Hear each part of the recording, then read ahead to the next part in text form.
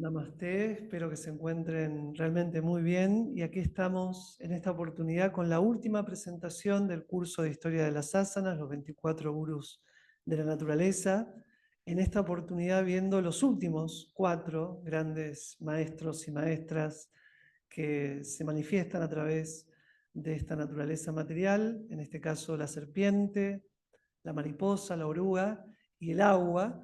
Entonces a continuación les voy a compartir a respecto las imágenes que hablan, ¿sí? Que nos instruyen acerca de justamente la gran sabiduría que podemos obtener de estos maestros. Aquí vemos en imagen la cita del texto en sánscrito, texto 14 del capítulo 3 del Uddhava Gita, la traducción y el comentario, mencionando en este caso la conducta que toda persona que aspira a la pureza, a la santidad en un marco yógico, en un marco de autocultivo, ¿sí? Debe desarrollar, siguiendo la conducta en este caso de cómo de alguna manera se desenvuelve la serpiente en este mundo, ¿no? Sin una residencia fija, en solitario, ¿sí? Evitando malas asociaciones, y también un sabio introspectivo debe evitar hablar más de lo absolutamente necesario, entendiendo que la palabra también es una invocación. Entonces, para ello vamos a citar a continuación los diferentes significados en relación que podemos tomar en relación a las enseñanzas que nos regala la serpiente, ¿sí? En primer lugar, como vemos en imagen, uno de los aspectos que podemos tener en consideración es la discreción. ¿Cómo aplicar estas enseñanzas desde un aspecto psicoemocional? ¿Sí?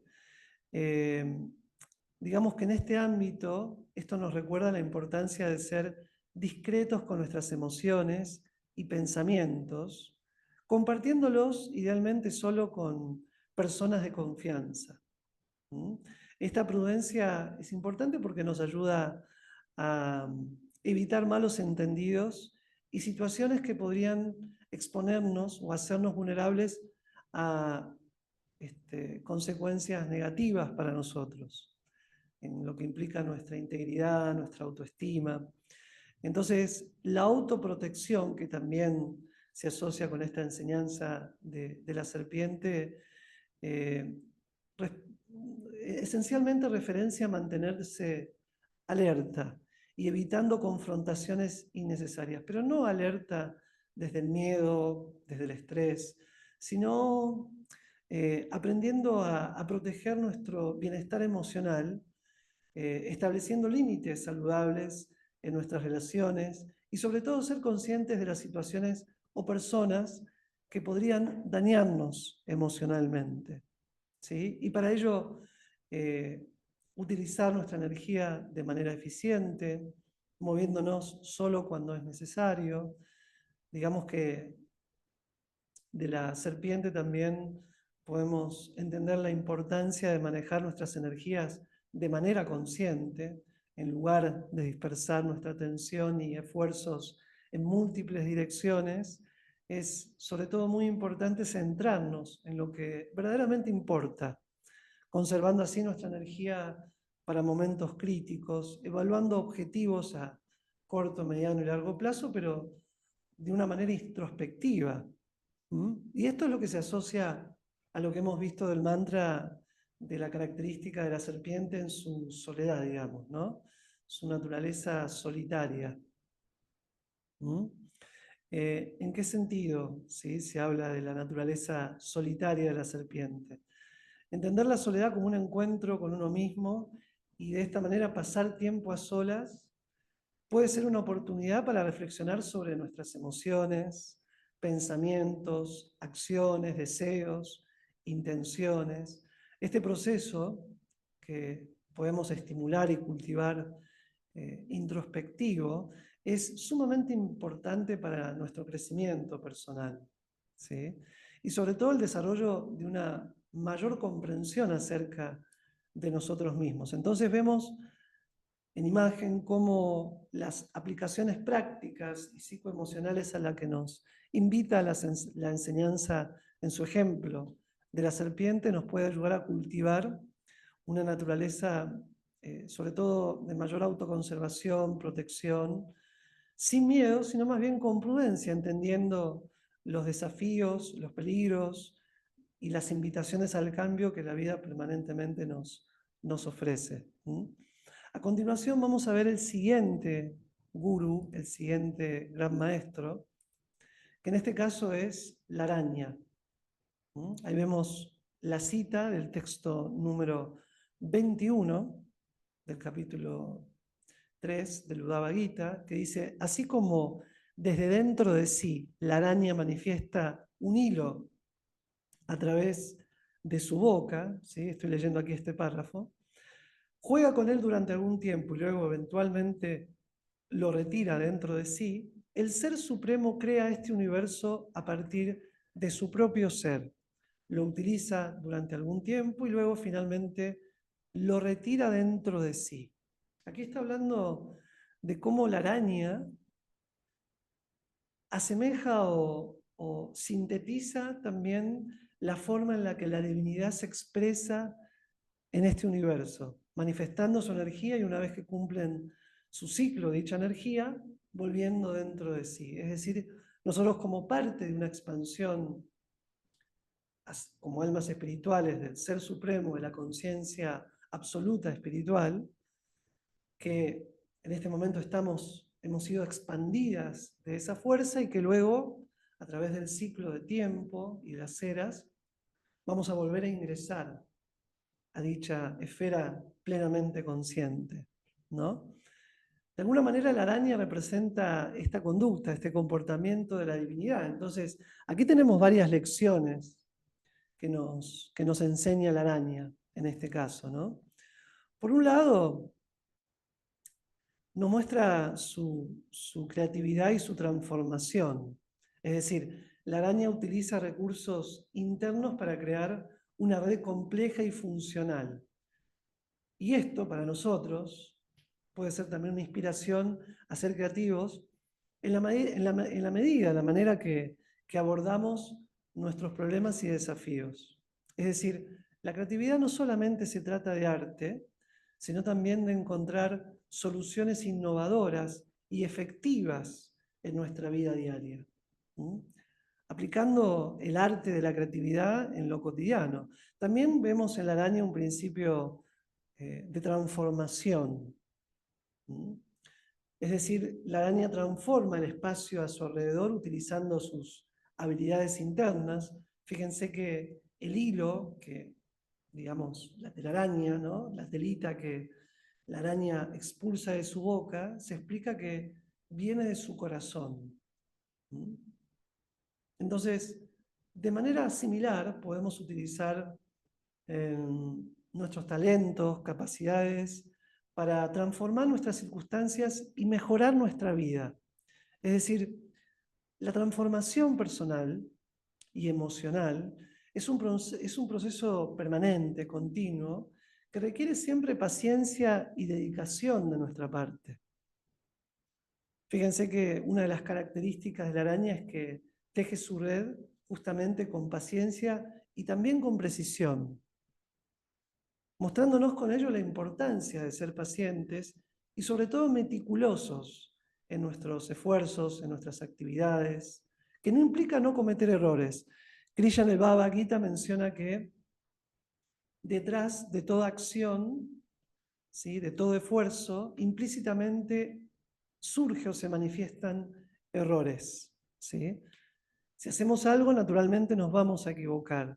Pero cuando hablamos de precisión en el contexto de la araña, estamos hablando de entendimiento de lo que requieren las circunstancias, es decir, de salir un poco de sí mismo a veces para desarrollar más empatía con la situación y empatía con las consecuencias de los actos que puedo realizar y ejecutar.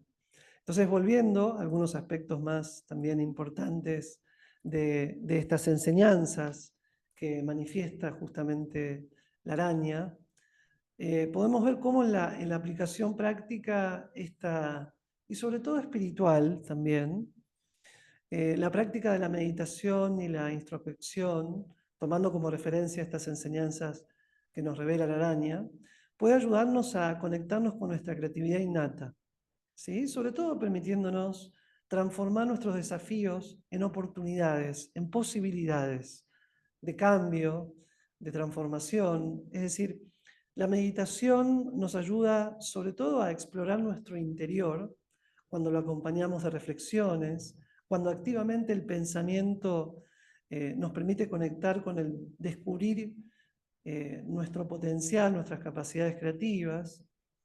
¿Por qué? Porque la introspección nos invita a reflexionar sobre nuestras experiencias y sobre todo a aprender de ellas. Y esto fomenta un crecimiento personal continuo y de ahí la enseñanza que podemos también tomar de la araña. Por otro lado, vemos la oruga, la maestra de la concentración. La oruga pasa un tiempo determinado, antes de volverse mariposa, realizando como una meditación.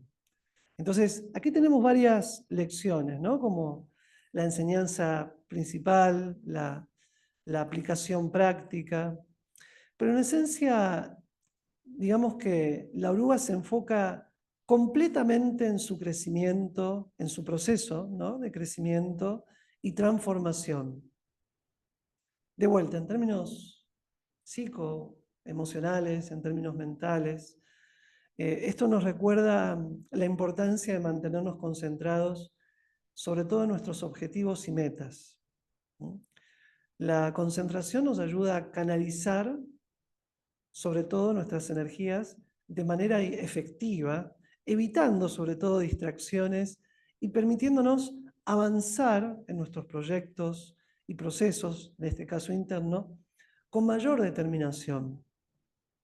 De vuelta, la paciencia y la perseverancia que vimos en la araña, particularmente la precisión. En este caso, lo que vemos en la oruga comparte la paciencia con la araña, pero sobre todo vemos que aquí se caracteriza por la perseverancia. Es decir, la transformación de la oruga en mariposa no ocurre de la noche a la mañana, es un proceso que requiere tiempo, paciencia, y esta enseñanza nos revela la importancia de ser pacientes, perseverantes en nuestro camino de desarrollo personal y espiritual, principalmente, ¿no? Entendiendo los procesos, porque la paciencia nos permite enfrentar los desafíos con calma y perseverancia. ¿Sí? ¿Para qué? Para impulsarnos a seguir adelante, incluso cuando los resultados puede que no sean inmediatos. ¿Sí? Entonces vemos que, por ejemplo, en el marco, ¿sí?, yoico, establecer metas claras, definir claramente nuestros objetivos personales y espirituales, naturalmente nos va a ayudar a estar enfocados, motivados. La práctica del yoga, por ejemplo, la práctica también de la meditación, nos enseña, nos prepara para concentrarnos en el presente, en nuestras, por ejemplo, respiraciones y nuestras posturas. Justamente estamos enfocando nuestra atención en el presente, en mi cuerpo, en lo interno. Y esto, por supuesto, se acompaña con paciencia, con perseverancia en la práctica, ¿sí? Entonces, vemos cómo la oruga también es otro gran maestro de esta naturaleza material y podemos tomar tantas enseñanzas de la misma.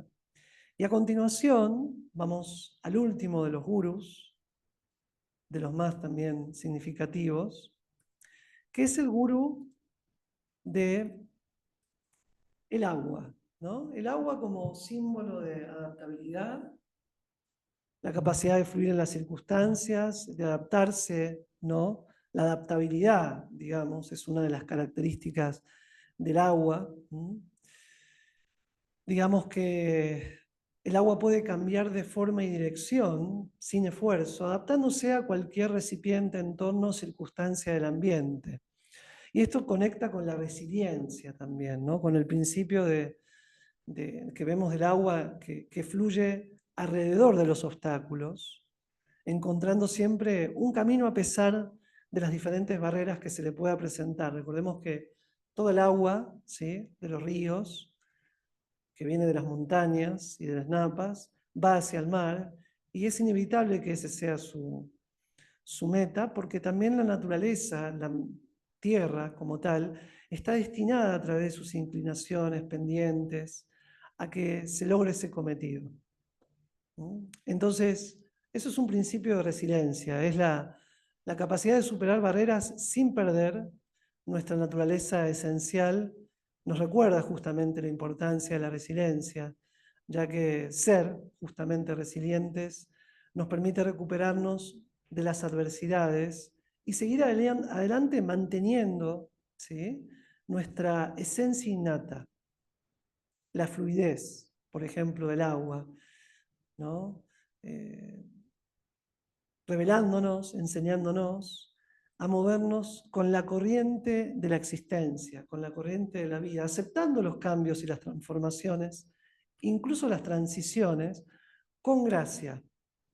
Es decir, comenzar a soltar a veces la proyección del control excesivo y sobre todo confiar en los procesos naturales de la vida, permitiéndonos sobre todo vivir de manera más relajada y armoniosa, ¿sí?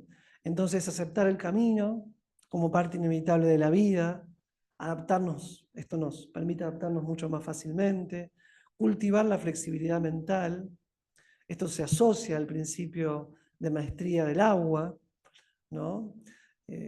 Practicar la flexibilidad mental nos permite siempre responder a las situaciones con una mente abierta, receptiva, estar dispuestos a considerar diferentes perspectivas y ajustar nuestras creencias y actitudes cuando sea necesario. Entonces, ahí conectamos nuevamente con un principio del yoga. Es decir, la práctica del yoga nos ayuda, digamos, a conectar justamente con esta flexibilidad tanto física como mental, ¿sí?, permitiéndonos a través del cuerpo adaptarnos mucho mejor a las circunstancias, en este caso a la que nos invitan las posturas, sin perder nuestro equilibrio interno. Es decir, a través del yoga podemos aprender flexibilidad física, flexibilidad mental, equilibrio interno, diferentes aspectos de nuestro carácter que vamos a redescubrir y vamos a potenciar a través, por supuesto, de la práctica y de la experiencia propia de la práctica.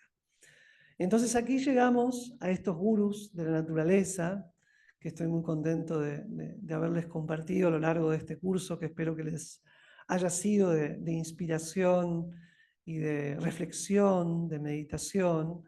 Yendo a las palabras finales, quiero citar algunos textos más sobre, como vemos aquí, ¿no?, la protección asociada a la serpiente, la creatividad a la araña, la concentración a la oruga, la adaptabilidad al agua. Vemos cómo poder integrar estas enseñanzas que nos revela, que nos transmite la naturaleza, nos va a ayudar a trabajar en este campo que es tan importante, ¿no?, creativo, concentrado, adaptable, protegido. Por otro lado, los beneficios de la práctica del yoga y la meditación asociados a estos gurús naturales y cómo se expresan a través, por ejemplo, del agua, la adaptabilidad de fluidez y una mayor flexibilidad física y mental. Vemos cada ítem asociado, ¿no?, con la conciencia, la autoprotección en el caso de la serpiente, en la araña la creatividad, transformación, desarrollando siempre soluciones creativas y no tan negativas o extremas, no ensayar resultados negativos para de esta manera no reprimir nuestras virtudes, la oruga en el caso de la concentración y transformación, mejorando nuestra perseverancia, mejorando justamente nuestra concentración. Vemos que podemos tomar muchas enseñanzas, integrándolas, y en esta clase final justamente hemos explorado estas enseñanzas. En el Uddhava Gita hay un maestro más que es muy, muy revelador, muy importante, y seguramente esté hablando de él. Vamos a tener seguramente un encuentro extra, que es el gurú del cuerpo, ¿sí? De él voy a hablar en una próxima presentación, si bien hoy es la clase final, pero me gustaría hablar y citar cómo el Uddhava Gita menciona, ¿sí? En este caso a través del sabio que habla con el rey, estamos justamente transliterando esta conversación, eh, un gurú más, digamos, de los 24, un extra, que es el gurú del cuerpo. Por eso quiero hacer una presentación especial de dicho gurú, de dicho maestro, que citando las escrituras entiendo que puede darnos muchas herramientas para valorar nuestro cuerpo y aprender de él. Aquí vemos estas reflexiones finales y por último, la sabiduría de la naturaleza resumida en breves palabras. Aquí el sabio le dice al rey: he aprendido el desapego de 8 maestros espirituales: la paloma, el pez, el venado, la niña, el elefante, la serpiente, la polilla y el pájaro curara o el cuervo. Estos gurús ya lo hemos analizado. He aprendido tanto la renuncia a lo temporal como la aceptación de lo eterno de 3 maestros espirituales: la abeja, el ladrón de miel y Píngala. También los hemos estudiado. Y he aprendido cómo cultivar el interés en el Señor, en el Ser Supremo, de otros maestros espirituales, comenzando por la tierra. La aceptación de muchos maestros, en este caso provenientes de la naturaleza, a menudo ayuda a fortalecer las convicciones, ¿sí? Ver la naturaleza, contemplarla como nuestra guía, como nuestro gran maestro, naturalmente va a fomentar nuestras convicciones y sobre todo nuestra conexión con estos principios espirituales y místicos. Todo esto gracias a las enseñanzas de Krishna en el Bhagavatam, gracias a la conversación con Uddhava, gracias a los grandes maestros, maestras que nos inspiran en este camino, es que podemos compartir esta información tan valiosa, este conocimiento divino, y que de vuelta vamos a tener una clase extra hablando del gurú del cuerpo, ¿sí? El 25º en este caso, como un extra quería dar como una clase especial en relación a él porque es muy significativo todo lo que implica este principio de maestría del cuerpo. Así que muchas gracias por llegar hasta aquí. Como siempre, bienvenidos a cualquier duda, consulta, comentarios. Y estamos en contacto y nos vemos seguramente en un próximo encuentro. En este último encuentro del curso que va a ser la próxima semana. Namaste. Muchas gracias.